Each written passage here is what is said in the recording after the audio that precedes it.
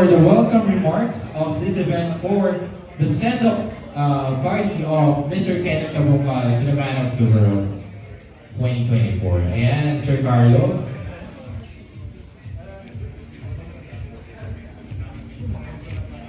Lahat kami naghihintay talaga sa competition ni Kenneth.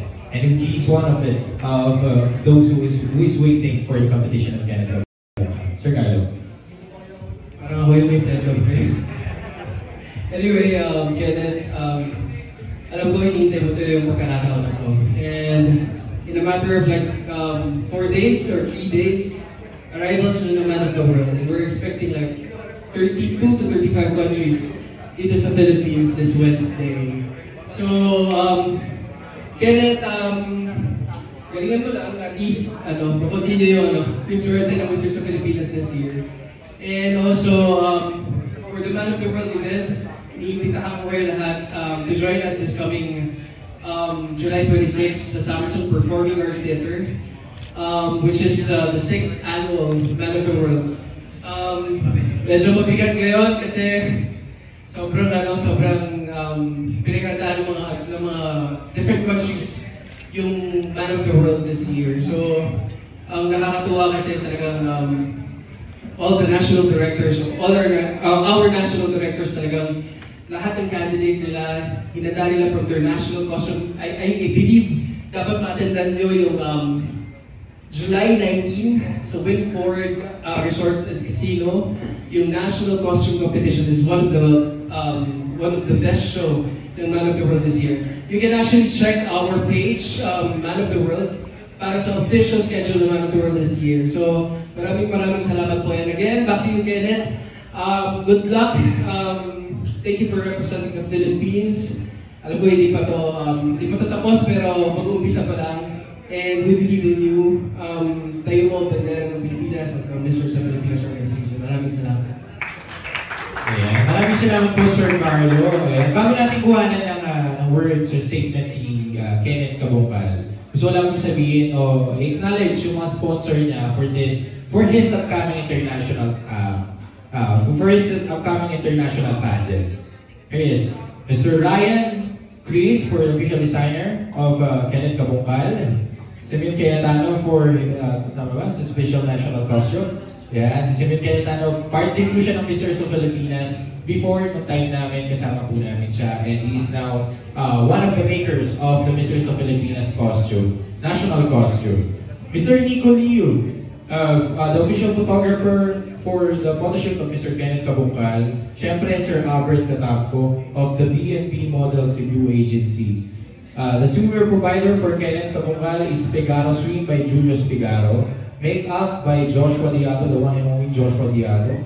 Q&A coach of Ma'am Michelle Joy Padayag of the Quick Thoughts. Ryan Chris, official suit provider. Jojo Bragalis. Massage Lux, El Botega, TPC Events and Concept. Siyempre, nandyan yung Anytime Fitness.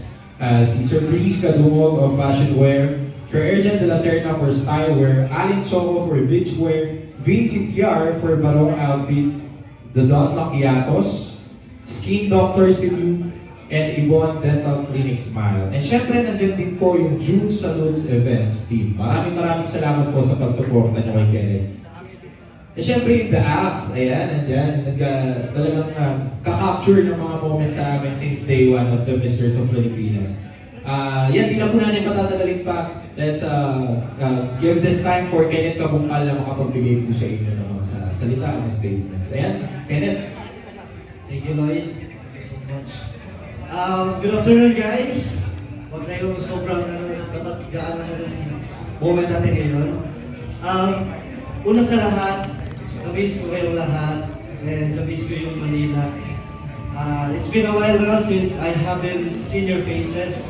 Kaya sobrang thank you talaga for coming here. Kinilig ako talaga, sobrang dami nyo dito. And I really appreciate you guys. And sobrang hinihintay ko na moment of my life and a moment of my pageant kasi 9 months na po ako nag-prepare for this and I've been waiting for this moment talaga na sabihin sa inyo kung ano yung mga behind the scene preparation ko po. Sobrang po akong nahirapan for this nakikita niyo po yung katawan ko before, at ngayon, medyo may nag-iba na po. Pero, nahirapan man ako. I want to really thank the organization, Misters of Filipinas organization. Sobrang laki po ng tulong nila sa akin. Also, the PEPs. And sa team ko, in Cebu, my manager, Mr. Urban Katamgo, and buong PNP. At saka yung Team Quick Thoughts by Michelle Padayan. Thank you dahil ginawa yung easy yung preparation ko. And ngayon, welcome here to my set of press presentation. Thank you so much. Kayong lahat, gusto ko pong sabihin na this is not just a me competition, pero this is a we competition. Tayo pong lahat ang lalaban para sa ating bansa. Thank you so much. Let's do it. Kailangan po kayo ngayon kasi I want to hear from you guys, hear your advices. Gusto ko po kayong dalhin sa competition na to. Kaya thank you so much. I really appreciate you guys. Okay. Ayan, thank you very much, Kenneth. Ayan, kahit naman po ako experience a lot of struggles bago ko lumaban. Pero nandiyan yung team, yung Misters of Filipinas, yung sarili kong team para mapagaan yung preparations ko for sa journey po na nangyari sa akin for my international pageant. But syempre, Kenneth, Tol, hindi magiging kompleto to at pangit naman kung lalaban ka na international kung wala yung words ng mga kahit kolokoys yan sila, kahit sila yung mga loko-loko, hindi magiging kompleto to kung hindi sila makakapagbigay ng words sa'yo. This is words from the Kings of Misters of Filipinas 10th edition. Siyempre, unahin na natin James Hardy, our second runner-up. Ayan, James, ayan, anong mga words of wisdom ang masasabi mo kay Kenneth Kabungkal? Siyempre, gusto ko na congratulate Kenneth Kabungkal. Thank you for representing our country. Si Kenneth, una pa lang, screening pa lang namin ng year 2023. Alam ko na talaga siya mananalo. Alam ko na agad yun. Kasi sabi ko parang, ang hirap kasi makakita ng ganitong phase sa Pilipinas. Yung ganitong package talaga. Tapos nalaman ko ba yung educational background niya. Grabe, mahirapan talaga kaming labanan to. Kenneth, ang wish ko lang is manalo ka and galingan mabigay mo ang best mo. Yan. Thanks. Thank you. Okay. Yeah, thank you very much, Harley. Salamat. Grabe. Meron talaga ng puso yung statement ni Harley. Siyempre, tawagin na lang natin si Brent. Ayan, our top model of the universe. One of the newest title, ayan, Brent. First of all,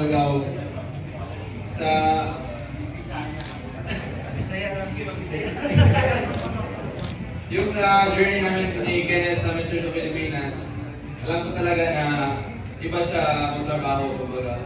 Iba siya mag-compete, grabe yung fighting spirit niya. Kasi parang sa pagkwento niya sa akin sa buhay niya, dami niyang struggle sa life. And sobrang proud ako nung i-announce na siya yung man of the world. Kasi nakita ko talaga yung hard work niya. Nakita ko talaga yung dedication niya sa budget na to. And ngayon, go! Hindi na tayo sa man of the world na. So, good luck! And I hope na ikaw ang pinakaunang man of the world na nanalo sa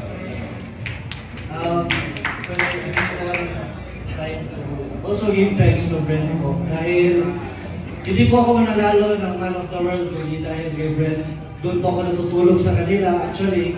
And parang nakasakay po ako kay Brent dahil alam na since budget na siya before so alam na yung mga gagawin. Kaya I'm very thankful for Brent. And alam ko, deserve na ang title na to. And kaya, alam ko rin na may plan si Lord for him. And kaya siya naging first runner-up. And bagay na bagay yung title niya sa pageant na yan. So, congrats in advance. Thank you so much. I love you. Ayan, thank you very much, Brent. And syempre, bago po natin tawagin yung iba, ako naman po, may message naman ako kay Kenneth. Ayan, as part of the 10th edition Misters of Filipinas Grand Winners. Ayan, Tol, maraming salamat sa friendship. Ayan, ito na yung hinihintay natin lahat. Hinihintay mo, alam ko yung dream to step on the international stage. Alam ko, isa yan sa pangarap mo. At marami ka na rin ibinuhos sa laban na to. So ibigay mo na yung lahat. This is the confirmation kung hanggang saan ang aabutin ng kakayanan nating lahat. And as part of the Misters of Filipinas, and si Kenneth yung isa sa pinaka talagang kaibigan namin since he's from Cebu at one of the events of Misters of Filipinas po is sa Cebu. Si Kenneth po yung isa sa mga nag-welcome sa amin sa Cebu. Hindi po siya nagkaroon ng mentality na it's a competition, we're here because we compete. Hindi po siya nagkaroon ng mentality na gano'n. But he welcomed us sa Cebu at sinabi na po na gawin po namin ito parang tahanan namin. Ayan, maraming salamat yung gagaw sa friendship. Ayan, maraming salamat. Alam kong kaya ko ito.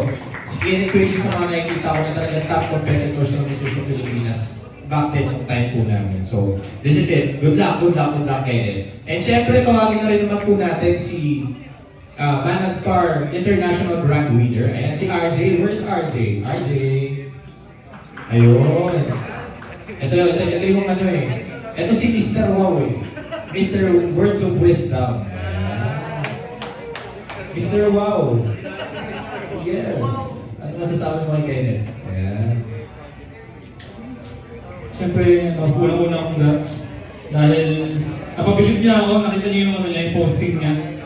Trending din sa social media yung packs mo. Pero, yun nga, nakita ko naman talaga na sobrang dedicated ni Kenneth. And talagang we are hoping sa batch namin na magkaroon pa ng icon pa. Na yun nga pinaglalaban na this batch namin pala ng 10th edition na talagang best batch talaga. Ayun. So, advice ko lang sa kanya, kanina nag-usap na rin kami dito backstage. Sabi ko sa kanya, yun, dapat maging ready lang siya ng matalo. Kasi nga, kung hindi ka ready matalo, hindi ka rin ready manalo. So, i-enjoy mo lang, and of course, always pray to God. Kung para sa'yo naman yun.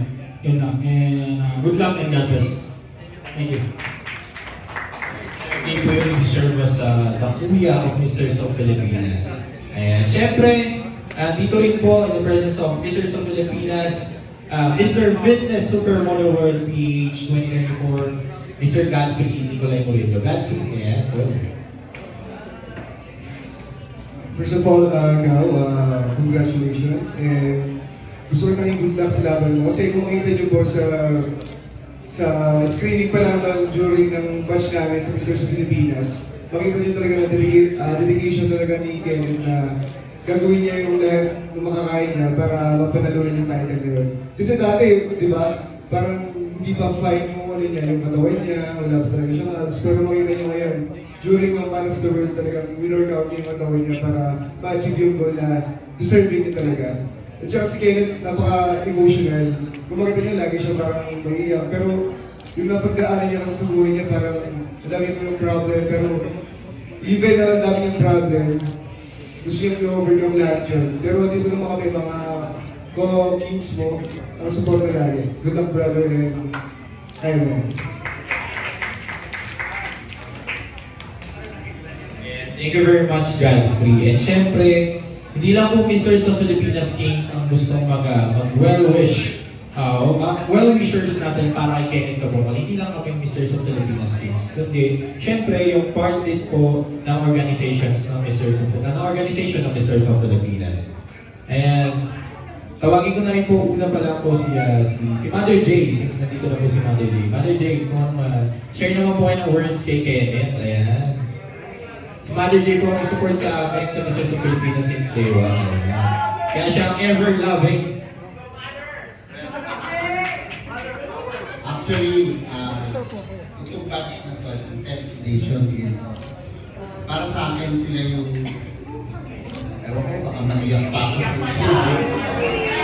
Then, masaya, walang problema.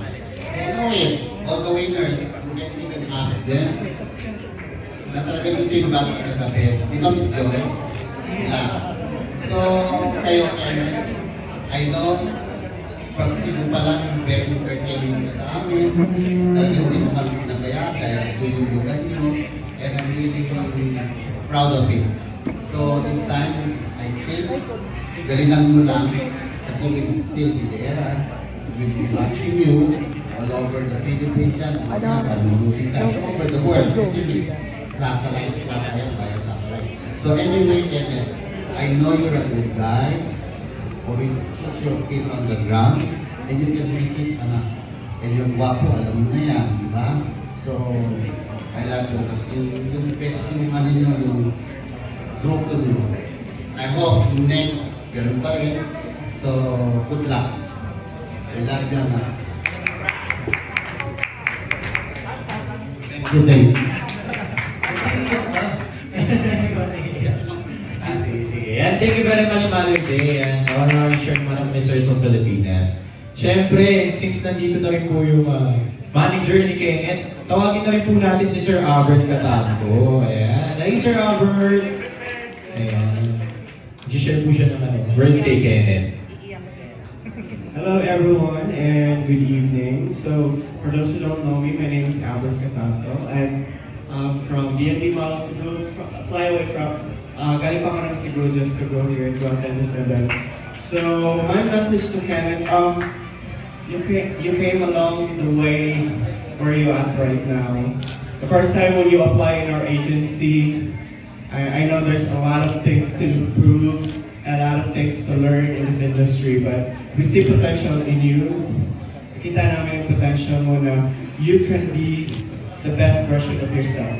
And you trusted our team to do it, and then here you are right now.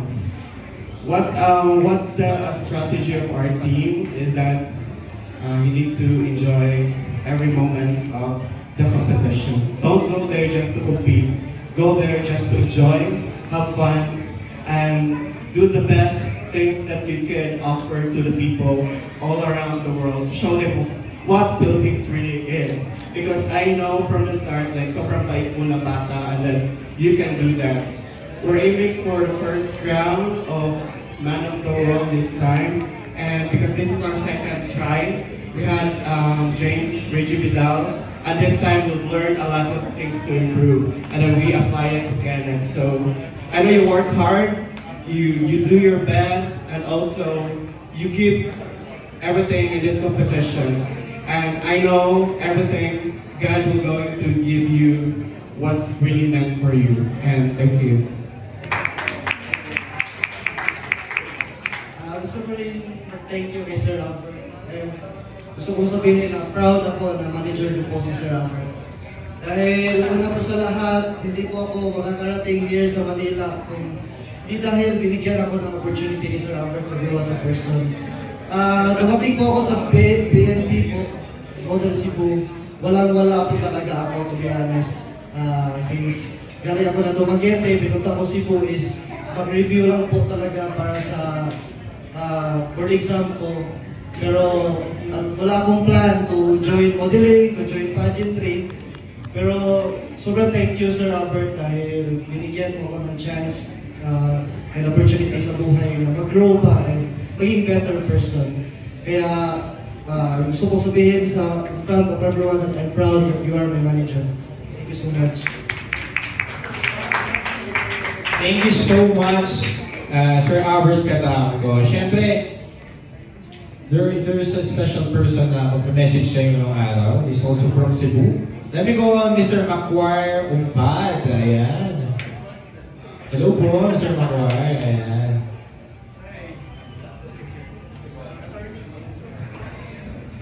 Good evening, everyone. I'm Makiri. I'm Makiri Umpad. I'm from Cebu. We're friends with his manager, Albert, and from his mga Bisaya. Same with Kenneth.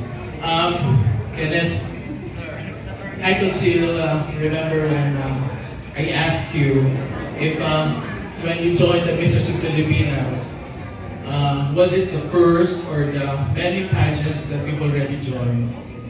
And you responded that it was the second time around, and it was the first pageant where you won. Why am I telling you this? Because I may not have the crown or in the position to give you this advice, but you might want to recall what are the things that you need to improve and what were the things that needs to be maintained in joining the national pageant. And joining the pageant. For me, I'm into politics. For me, joining the pageant is like asking everyone to please vote for me. In other words, believe in yourself so that you can convince the judges that you are worth the crown. And that will be all. Thank you. Mr. McCreary Umpad, ayan. Thank you very much po. And syempre, since nandito na rin po si Sir Joey Gilas, and just wanna invite Mr. Joey Gilas here in front to give a message for Mr. Kenneth Kabungkal. Kay Kenneth Kabungkal, ayan. Hi, Sir Joey. Of course. Alright, Kenneth. I remember having first met you about this time last year when you were screening for the 10th edition of Mr. Filipinas. Even during the screening process, I was already interested in what you can offer, what you can bring to the table. And that is the reason why we weren't surprised at all to find you eventually bagging the crown. There are two things that I love with what you said earlier. Number one, let's keep it light. Gaanan lang natin. The second one is your humility, asking people for words of advice. That's a wonderful spirit. I've always believed that the crowd always goes to the person with the purest of hearts. And I do believe this is precisely the reason why we are finding you in that position where you are in. That is also the reason why we find some of the other kings being placed on, being given titles at this point. I was even surprised that Mark Raven finally got a title that he deserved. Congratulations to him. But going back to you, keeping it light is the perfect thing to do. Why? Because I believe that you have already won the first half of your battle. The first half being working really hard to prepare for this pageant. That preparation has taken you this far. So far, and we can see the results. You are ready to take on that title to really win that crown. The rest, I think, will have to leave to destiny, because that is something that we cannot control. Whenever you find yourself in doubt during the competition, just try to listen to that beautiful heart that you already have. Cancel all the noise and just listen to that heart. It will give you the strength to move further. And whatever the final outcome will be, remember that you are our man of the world, Philippines. Good luck.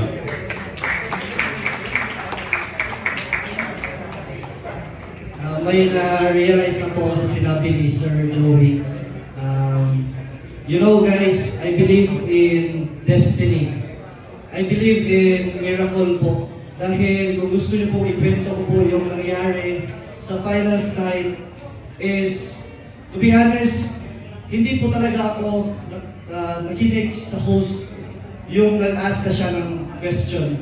Tapos, hindi po lumabas sa screen yung quote ko. Ang lumabas lang po is Celine Dion. I didn't hear anything and I didn't read something. Kaya, alam niyo kung anong ginawa ko that night. I just follow what my heart want to say. And yun po, masasabi kong miracle po, and masasabi kong work po yun ni God. Dahil hindi po talaga ako makapagsalita kasi wala akong alam kung anong sasabihin ko. But I'm thankful to God dahil ginabayan niya ako and perfect yung mga sinasabi ko sa code ko. Kaya I know mahina po ako na tao, but I have this confidence in me. I know that I'm weak. I know that hindi ko kaya to, pero kaya niya. Kaya I'm very thankful to God always. Yes, thank you, Kenneth. Sabi nga nila, diba, pag para sa'yo, para sa'yo.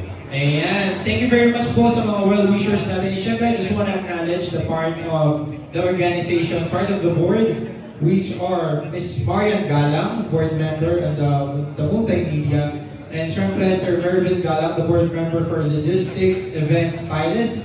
Mr. Alper Morales, the board member and the secretary of the Mr. Filipinas organization and the BEPS Foundation. And also, James Salire, board member and treasurer.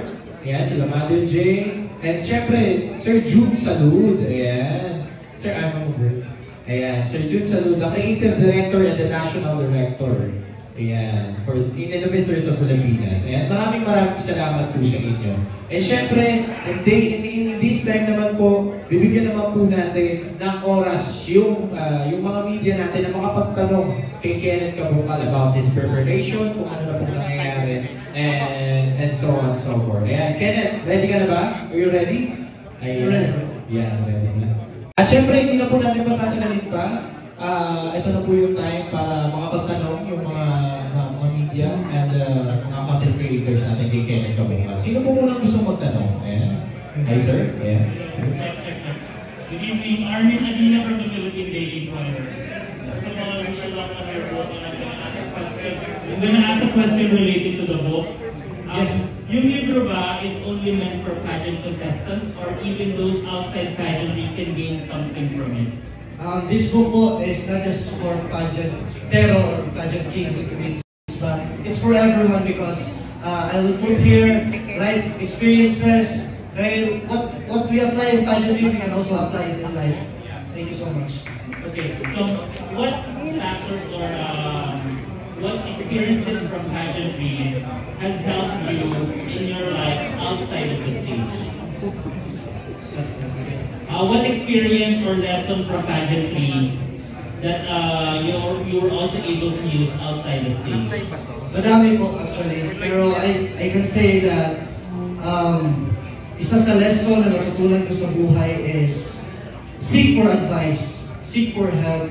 Dahil you are not alone in this world. We are here to help one another. We are here to support one another. Kaya po, always po kong kinakausap yung mga pageant, mga kasama ko, mga other kings. Always po ako nagsisik ng advice, ng help, because I know, alone, I can only do a little, but together, we can do more. Thank you so much. Thank you very much and the best of luck to you. Thank you so much. Hello po. This is not to pressure you, but we believe in you, we trust in you. You are smart, well-educated, you're handsome, and you're so charming. What for you is the deepest meaning of man of the world? I think for me, the deepest meaning of man of the world is showing everyone that we are men with purpose. And we're here because we're finding solution to this world problem. Kaya po, yung theme is masculinity with responsibility. Because we are here because we have our different advocacy. All of us candidates from different parts of this world is advocating for something that will improve the world. Thank you so much.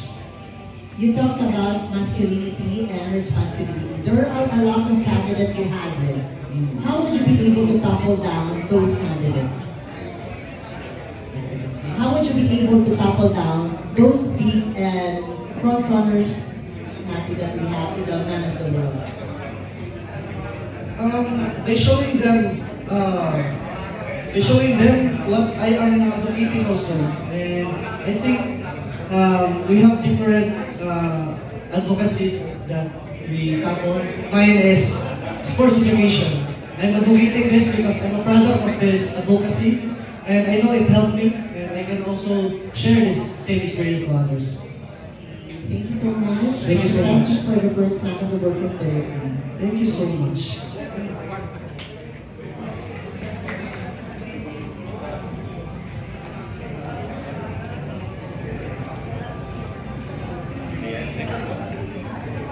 Hello. Ayan, next po. Sino po kung gusto magtanong kay Kenneth? Ayan, from our media.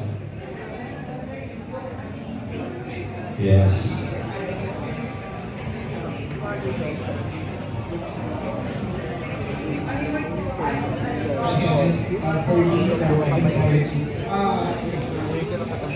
In your book, you have a book, right? The pageantry is the title. Yes. Can you describe pageantry in one word and explain? Learnings, I think, is the word. Because in pageantry, marami po tayong matutunan sa buhay. most especially how to grow as a person. Kaya I know na kaya ko po, the inspiration of this book is I have learned a lot in life and I want others to learn also in life and also in pageantry. In competing for Man of the World, how can you be a good host candidate without shelving your responsibility in representing the Philippines and winning the title? I think po, ang ginawa ko during Mistress of Pilipinas is just be me. Kung ano po yung personality ko as a person, I will just use that also to, I will use that to make them feel welcome here in our country. Gusto ko po ipakita sa kanila what are the qualities of Filipino is. Qualities are, these are like being friendly, hospitable, being kind and generous. Gusto ko pong ma-feel nila yun na pagpunta na dito, ma-feel nila yung tunay na Pinoy, tunay na Pilipino. I want them to feel that and don't want them to feel that this is a competition. Thank you so much.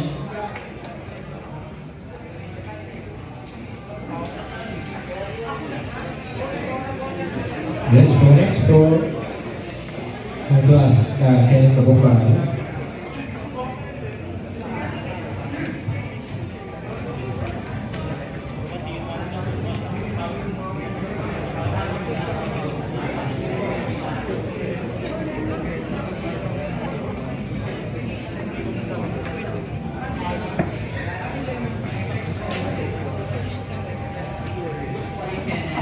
Hi, Mami.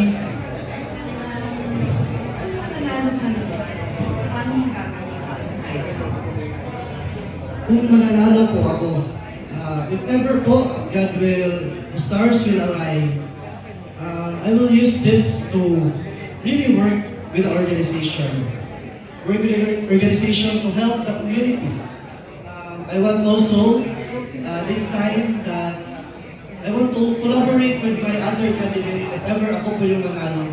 Dahil alam ko po, kung ako lang, I think, konti lang po yung magagawa ko. But I know if ako, with them, tapos yung mga advocacy nila, we work together as one, then we can create more bigger solution. And malaki po yung more bigger hands to help others. Why should you win? Okay, sige. For me, I should win Man of the World because aside from really working hard for this, I am a man with perseverance. Back then, I used to be a boy selling fishes in the market, but now I'm here because I'm representing our country with honor and pride. And I want this time, I should win because I want this time na first time, I want to create a legacy and a history on becoming the first ever Filipino to win the Man of the World title. And I hope ibibigay ito na ni Lord sa atin. It's for us. Yeah, thank you so much.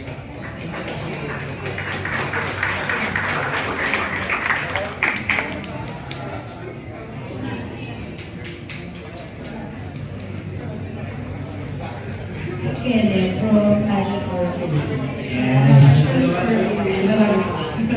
How are you preparing for the Men's World 2024 competition, both physically and mentally? For that po, ito po talaga yung story na gusto kong ibahagi sa inyo. I'm so excited to share to you my preparation for this pageant. I really prepared a lot. Alam niyo naman, marami akong pagkukulang sa previous pageant ko dahil last year pa po talaga ako nag-pageant. I've never been into pageantry. Kaya dami kong prepare ngayon. I really prepare holistically. Masasabi natin ngayon. That includes not just mental, emotional, physical, but also spiritual.